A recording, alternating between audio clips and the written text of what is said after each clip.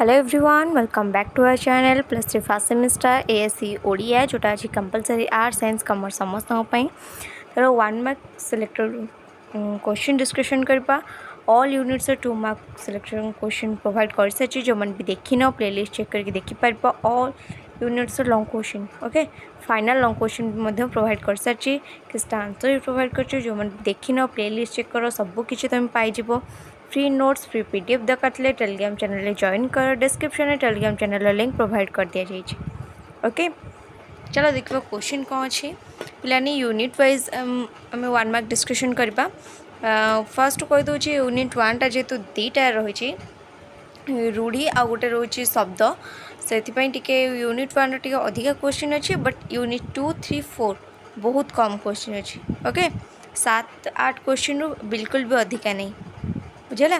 चलो देखिए क्वेश्चन कौन सब अच्छी यूनिट 1 फर्स्ट क्वेश्चन है शब्द क्या कह जाए ओके कौन ना शब्द क्या कह जाए शब्द क्या कहे जेहेतु उत्कल यूनिवर्सिटी तुम स्टूडेंट्स तो तुम एमसीक्यू आसबनी एमसीक्यू न आसले एमती ही क्वेश्चन आसो ओके शब्द क्या कह जाए एक बा एकाधिक वर्ण मिलित हो कौन से अर्थ प्रकाश करते शब्द कहुए बारंबार तुमको ये सब बुझे 2 मार्क्स बुझे लॉन्ग क्वेश्चन बुझे है गोटे बा गोटे अधिक वर्ण मिसिकी कौन से अर्थ प्रकाश कले कौन कहुए ना शब्द बोली कहुए बुझेगा। देन आसला शब्दर मूल रूप को कौन कहुए शब्दर मूल रूप बा फर्स्ट वर्ड कौन कहुए शब्दर मूल रूप को प्रकृति बा धातु कहुए है। देन आसला ओडिया शब्द भंडार को केते भाग विभक्त रही most important question okay previous exam रे भी ये सब आसला ये क्वेश्चन आसी ओडिया शब्द भंडार को केते भाग विभक्त रही कौन कौन बोली आसला देख ओडिया शब्द भंडार को मुख्यतः 4 भाग विभक्त करा जायछि तत्सम तद्भव देशज वैदेशिक बुझेला तत्सम तद्भव देशज वैदेशिक सब 2 मार्क रे ऑलरेडी टोटल डिस्कशन कर सारी लॉन्ग क्वेश्चन भी टोटल सब डिस्कशन कर सारी। देन आसला तत्सम शब्द कहले कौन बुझ ना जो शब्द गुड़िक संस्कृत भाषा सहित सामान बा संस्कृत अविकल भाव आसी से गुड़िक तत्सम शब्द कहुए कौन ना जो शब्द गुड़िक संस्कृत भाषा सहित सामान बा संस्कृत भाषा जहाँ आम ओडिया व्यवहार कर भाषा को संस्कृतर अविकल रूप पूरा ताहाको आम तत्सम शब्द बोली कही था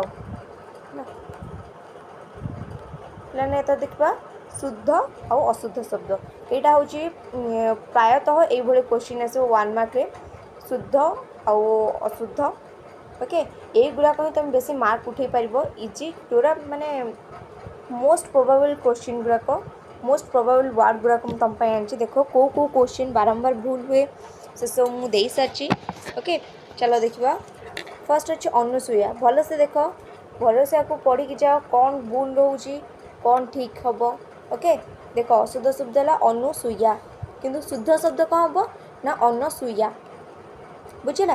देन आसला शारीरिक है देख ये हर्षईकार अच्छी किंतु ये दीर्घईकार हम फर्स्ट रो रे यहाँ है ठीक यहाँ कौन है ना भूल बुझेगा। देन आसला सन्यासी ये देख सन्यासी न तले न फल दिहला बुझीपार ना सब पूरा इम्पोर्टेंट मान मोस्ट इम्पोर्टेंट क्वेश्चन जोड़ा बारंबार एग्जाम रे रिपीटेडली मुझे भाया क्वेश्चन सब आनी ओके। देन आसला आशीर्वाद है यहाँ भूल अच्छी यहाँ ठीक अच्छी बुझेगा यहाँ भूल अच्छी यहाँ ठीक अच्छे। देन आसला उज्जवल उज्जवल देख केम लिखाई ये देख उज्जवल केम लिखाई यहाँ रंग यहाँ राइट बुझेगा। देन आसला पूज्य पूज्य पद ये देख पूज्य पद पूज्य पाद है पूज्य पद हूँ भूल पूज्य पाद हूँ राइट। देन आसला गणेश गणेश देख तालबेश ठीक हम मुद्नेश भूल हम मन रख। देन आसला मुर्मुसु है यहाँ भूल अच्छी देख ये मझीटा जो हर्षकार ये अच्छी यहाँ दीर्घकार हम बुझेगा ठीक हम अपराह्न एटी 9 दिखाई बट ये 9टा ठीक हम बुझेगा। देखो ए क्वेश्चन ही आसी एग्जाम है जी भी देती एतिक ही आसी तुम। देन देखा वर्णा शुद्धि है। वर्णा शुद्धि कहीं हुए? वर्णा शुद्धि मुख्यतः असावधानता भूल उच्चारण एवं व्याकरणगत ज्ञान अभाव जो होता है। वर्णा शुद्धि कौन पाई कहीं होता है ना असावधानता है भूल उच्चारण हेले व्याकरणगत ज्ञान अभाव रही वर्णा शुद्धि होता है। देन आसला सत्व विधि क्या कह जाए? शब्द रे केउ परिस्थिति रे स स्थान में स हुए ताहार नियम को सत्व विधि कह जाए है। शब्द रे केउ परिस्थिति रे स स्थान जो दंतेश थी से कौन हम ना मुद्नेश हम बुझेगा। से नियम को सत्व विधि बोली कह जाए। देन आसला शारीरिक शब्द रे नेक्स्ट क्वेश्चन आसला शारीरिक शब्द रे केउ मात्रा व्यवहार होता है? प्रथम रे दीर्घई है।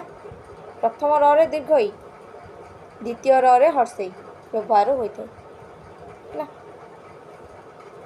देन आसला रूढ़ी है। रूढ़ी क्या कह जाए? जो शब्द बा शब्दावली निजस्व अर्थ परित्याग करी एक स्वतंत्र अर्थ प्रकाश करे ताहाकू रूढ़ी कह जाए। जो शब्द कौन करे? निजस्व अर्थ परित्याग करे किंतु एक स्वतंत्र अर्थ प्रकाश करते है। निजर जोटा अर्थ सेटा कौन करता है ना परित्याग करता है गोटे स्वतंत्र बा अलग अर्थ प्रकाश करे ताहाकू रूढ़ी बोली कह जाए बुझीगला। देन आसला ओडिया भाषा रे रूढ़ी को मुख्यतः केते भाग विभक्त कराई? ओडिया भाषा रे रूढ़ी को केते भाग विभक्त कराई ना मुख्यतः 3 भाग विभक्त कराई है। कौन कौन? गोटे है क्रियाहीन रूढ़ी, गोटे है क्रियायुक्त रूढ़ी, आ गोटे है तुलनात्मक रूढ़ी बुझीगला। देन आसला क्रियाहीन रूढ़ीर एक उदाहरण। क्रियाहीन रूढ़ीर गोटे उदाहरण कौन ना अंधर बाड़ी है। जो सॉरी अंधार बाड़ी एटा अंधर बाड़ी हम सॉरी टी मिस्टेक हो जाए अंधर बाड़ी है बा अंधर लौड़ी जोटा कहते तार अर्थ कौन हम ना असहायर साहाय्य है। एमती रूढ़ी देथिबो जोटा देथिबो तार अर्थ पचाइथिबो ताकू वाक्य गठन करने जहाँ भी हो 2 मार्क्स आसवा कथा आसब रूढ़ी देथिबो तार अर्थ पचार वाक्य गठन करने ओके। मते कमेंट जनइब एग्जाम सला परे मते कमेंट जनइब मु जहाँ कही ठीक कही ना भूल कही। रूढ़ी तार अर्थ प्रकाश आउ वाक्य गठन पाई क्वेश्चन आसछि ना आसिनी ओके। एग्जाम सला परे मते कमेंट रे निहाती जनइब। देन देखो आसला तुलनात्मक रूढ़ी क्या कह जाए?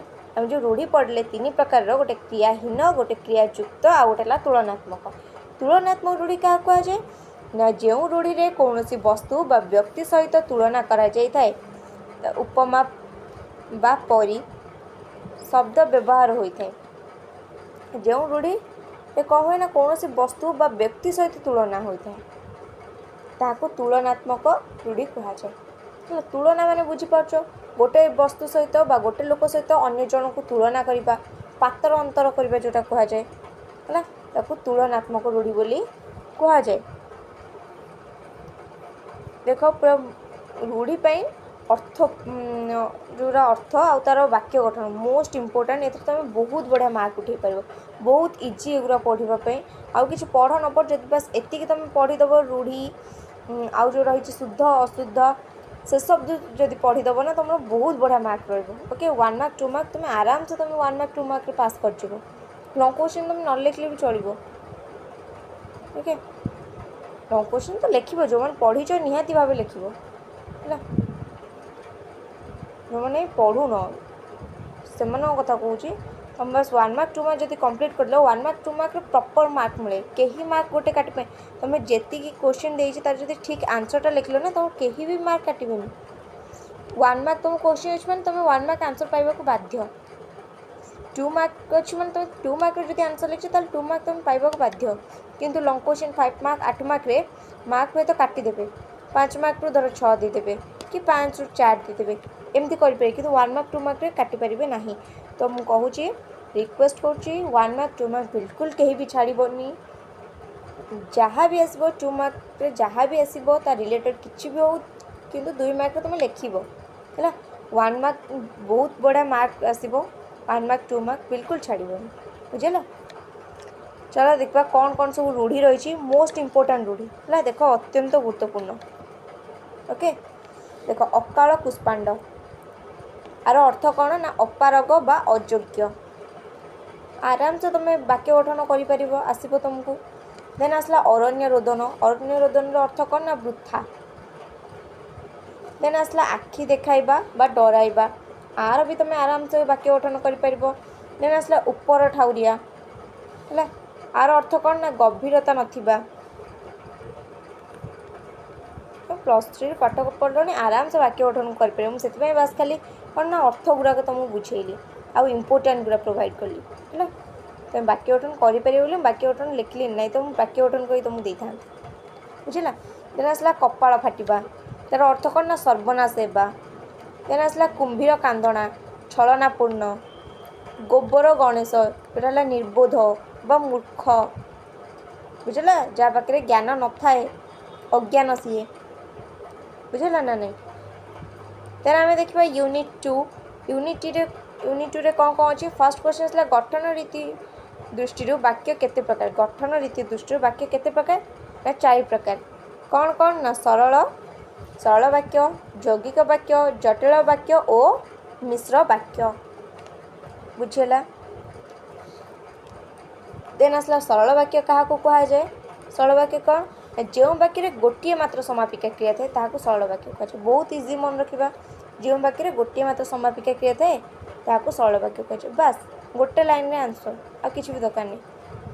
देन आसला कौन ना यौगिक वाक्यर एक उदाहरण दियो यौगिक वाक्य उदाहरण देले तुम लिखिपर राम बजार को गला एवं पनीपरिया आणला है यौगिक वाक्य माने कौन ना गोटे समापिका क्रिया थी माने सरल वाक्य आ गोटे सरल वाक्य जॉइंट हो क्या द्वारा ना एवं किंतु है मो बजार को गली किंतु मो सह मो भौणी भी गला है यहाँ है यौगिक वाक्य बुझेला ना नहीं।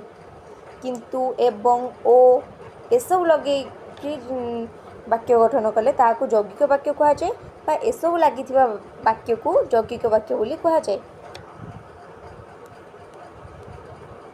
देन आसला जटिल वाक्य क्यों प्रकार वाक्यांश थाए जटिल वाक्य क्यों प्रकार वाक्यांश थाए ना एक मुख्य वाक्य सहित सहित एक बा एकाधिक आश्रित उपवाक्य है गोटे मुख्य वाक्य थाए मेन वाक्य गोटे थी ता सहित गोटे थी ना तो अधिक कौन थी ना आश्रित उपवाक्य है ताकू जटिल वाक्य कह जाए बुझला।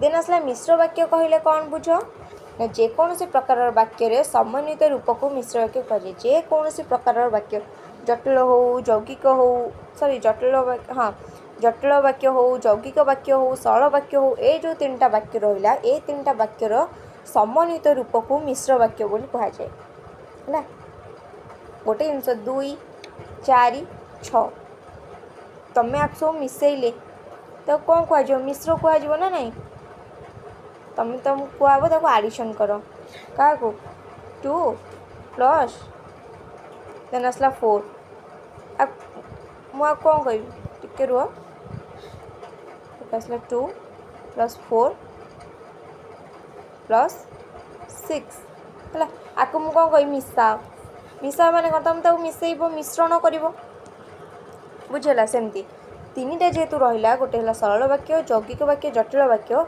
3टाक समन्वय कले तार समन्वय रूप को मिश्र वाक्य बोली कहुए बुझेगा। देन आसला विवृत्ति सूचक वाक्य क्या कहुए विवृत्ति सूचक वाक्य क्या कहुए ना जो वाक्य कौन सी विषय साधारण विवृत्ति प्रकाश पाए ताको विवृत्ति सूचक वाक्य कहुए। विवृत्ति सूचक वाक्य चिन्ह जानच ना कौन एटा एमती है कि एमती तल गोटे बिंदु थी है यहाँ पचारि पार तार सिंबल कौन ओके यहाँ एमती न था गोटे तुम देख न देखि बही बहुत लेखा हुए सब है जो वाक्य कौन सी विषय साधारण विवृत्ति प्रकाश पाए ताकू विवृत्ति सूचक वाक्य कहुए। तुम सिंबल भी देदेव ना जदि 2 मार्क आसला ताले सिंबल गोटे देदेव बहुत बढ़िया 2 मार्क तुम थुआ हो। आ 1 मार्क आसले बस विवृत्ति सूचक वाक्य क्या कहुए बस से ही लिख। ओके देन आसला तुमर नाम कौन यह क्यों प्रकार वाक्य ना तुम नाम कौन गोटे प्रश्न पचारा यहाँ गोटे प्रश्नसूचक वाक्य है। तुम नाम कौन यहाँ प्रश्नसूचक चिन्ह जानच यहाँ विवृत्ति सूचक चिन्ह मन रख एग्जाम रे आसीबो। ओके देन आसला आदेश बा अनुरोध सूचक वाक्य कहले कौन बुझ जो वाक्य द्वारा आदेश अनुरोध बा उपदेश बुझाए ताहाको आदेश बा अनुरोध सूचक वाक्य बोली कहुए। जो वाक्य द्वारा कौन हुए ना आदेश दि जाए अनुरोध करा जाए बा उपदेश को बुझाए ताहाको आमे आदेश बा अनुरोध सूचक वाक्य बोली कही थाउ बुझला। देन आसला विवृत्ति सूचक वाक्य। विवृत्ति सूचक वाक्य लक्षण लेख यही वाक्य रे मनर आकस्मिक भाव बा विस्मय भाव प्रकाश पाई थे। विवृत्ति सूचक जो वाक्य रहा तार लक्षण कौन ना आकस्मिक भाव है आश्चर्य बा जोटा शक हवा विस्मय प्रकाश करने को विस्मय सूचक वाक्य बोली कहुए। देन आम आसला कौन ना यूनिट 3 ओके जोटा अनुच्छेद टॉपिक थिला गोटे सेटा यूनिट 3 देखिए ताको तार क्वेश्चन कौन अच्छी फर्स्ट क्वेश्चन अच्छी संक्षेपण कहले कौन बुझ जो अनुच्छेद को संक्षेपण कराए संक्षेपण कहले कौन बुझ ना एक दीर्घ अनुच्छेदर मूल भाववस्तु को अक्षुण्ण रखी 1/3 शब्द माध्यम सरल भाव में प्रकाश करने को संक्षेपण कहुए। है दीर्घ अनुच्छेद बा बड़ अनुच्छेद तार मूल वस्तु मेन जोटा है ताकू रखिकी तार जो रही जो अन्य जो सब रही जोटा अदरकारी जिन सब रही ताकू बाद देकी सरल भाव लिखा बा 1/3 शब्द लिखा संक्षेपण बोली कहुए बुझीला। देन आसला संक्षेपण करने समय रे केउं कथा प्रति गुरुत्व दिया जाए केउं कथा प्रति गुरुत्व दिया जाए ना मूल अनुच्छेदर मुख्य भाव को कौन से अदरकारी विवरणी बिना संक्षेपण उपस्थापन करवा है।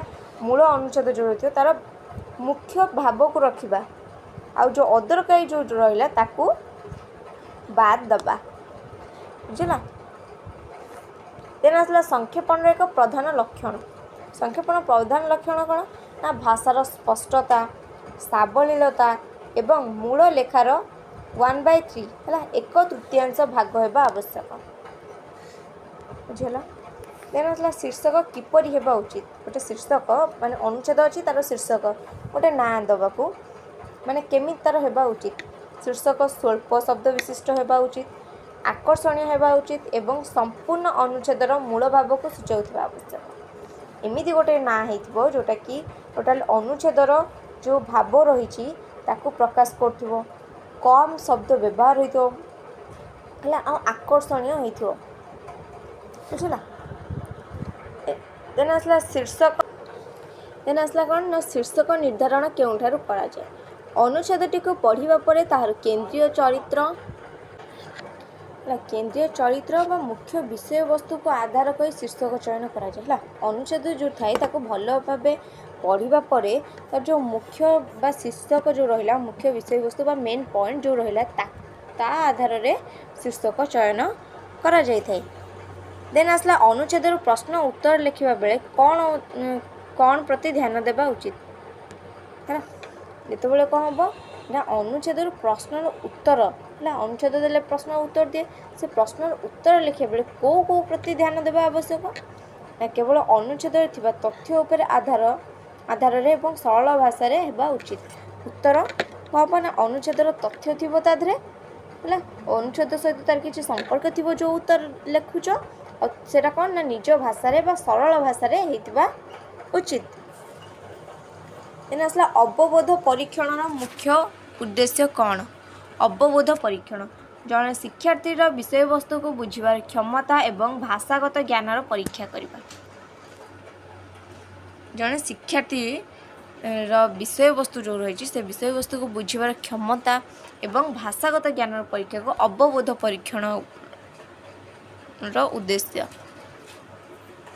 देन आसला unit 4 unit 4 row first question अच्छे शुद्ध लिखन कहले कौन बुझ शुद्ध लिखन कहले कौन बुझ व्याकरणगत नियम अनुसार वर्णाशुद्धि और शब्दर सठिक प्रयोग कर लिखा शुद्ध लिखन कहुए है व्याकरणगत नियम अनुसार वर्णाशुद्धि आ शब्दर सठिक प्रयोग कर लिखा शुद्ध लिखन कहुए। आसला ओडिया भाषा रे साधारणतः क्यों प्रकार अशुद्धि अधिक देखा जाए कौ प्रकार अशुद्धि देखा जाए मुख्यतः बनानगत अशुद्धि स्पेलिंग मिस्टेक अधिक देखा जाए ओडिया रे संधि समास अशुद्धि अधिक देखा जाए है ग्रामर सेक्शन गुड़ाक अधिक भूल हुए ना ओडिया रे संधि समास बनान बुझला। देन आसला स्तंभ लिखन कौन संवादपत्र एक निर्दिष्ट स्थान में नियमित भाव प्रकाश पाउथिबा स्वतंत्र और मननशील रचना को स्तंभ लिखन कहुए है संवादपत्र एक निर्दिष्ट स्थान में है गोटे पर्टिकुलर जगह नियमित भाव प्रकाश पाउथिबा स्वतंत्र और मननशील रचना को स्तंभ लेखन कहुए बुझिले। देन आसला स्तंभाकार क्या कहुए स्तंभकार क्या कहुए जो व्यक्ति संवादपत्र कौन निर्दिष्ट विषय उपर नियमित स्तंभ लिखती स्तंभाकार कहुए। स्तंभ कौन बुझिपाल स्तंभ लिखन कौन है से जो स्तंभ लिखन जो मैंने करती स्तंभाकार बोली कहुए है जो व्यक्ति संवादपत्र कौन निर्दिष्ट विषय उपर नियमित भाव है डेली डेली स्तंभ लिखती स्तंभाकार बोली कहुए।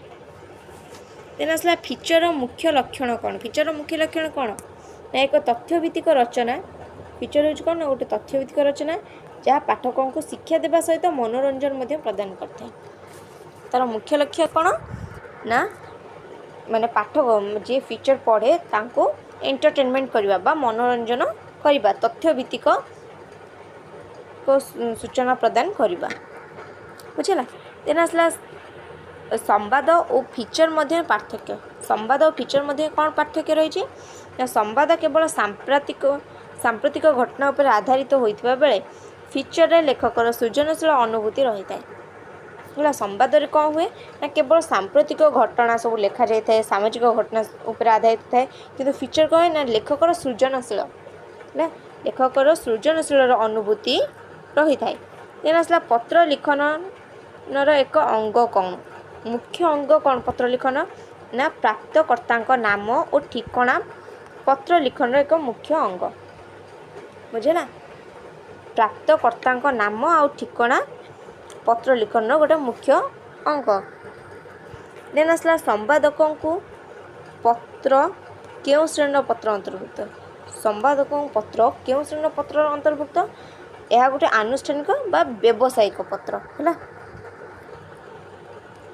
आसला विज्ञापन मुख्य उद्देश्य कौन जो विज्ञापन रही आर्ट जो गुड़ाक आम कहूँ तार मुख्य उद्देश्य कौन एडवर्टाइजमेंट जोटा कहूँ कौन से द्रव्य बा सेवा संपर्क में जनसाधारण को अवगत कराई से आकृष्ट करने विज्ञापन मुख्य उद्देश्य है कौन से द्रव्य विषय हो सेवा विषय हो लोकों को जनाए कि मान से द्रव्य प्रति से सेवा प्रति कौन करवा ना इंटरेस्ट बढ़ाइबा बा आकृष्ट करने को विज्ञापन रो मुख्य उद्देश्य होता है।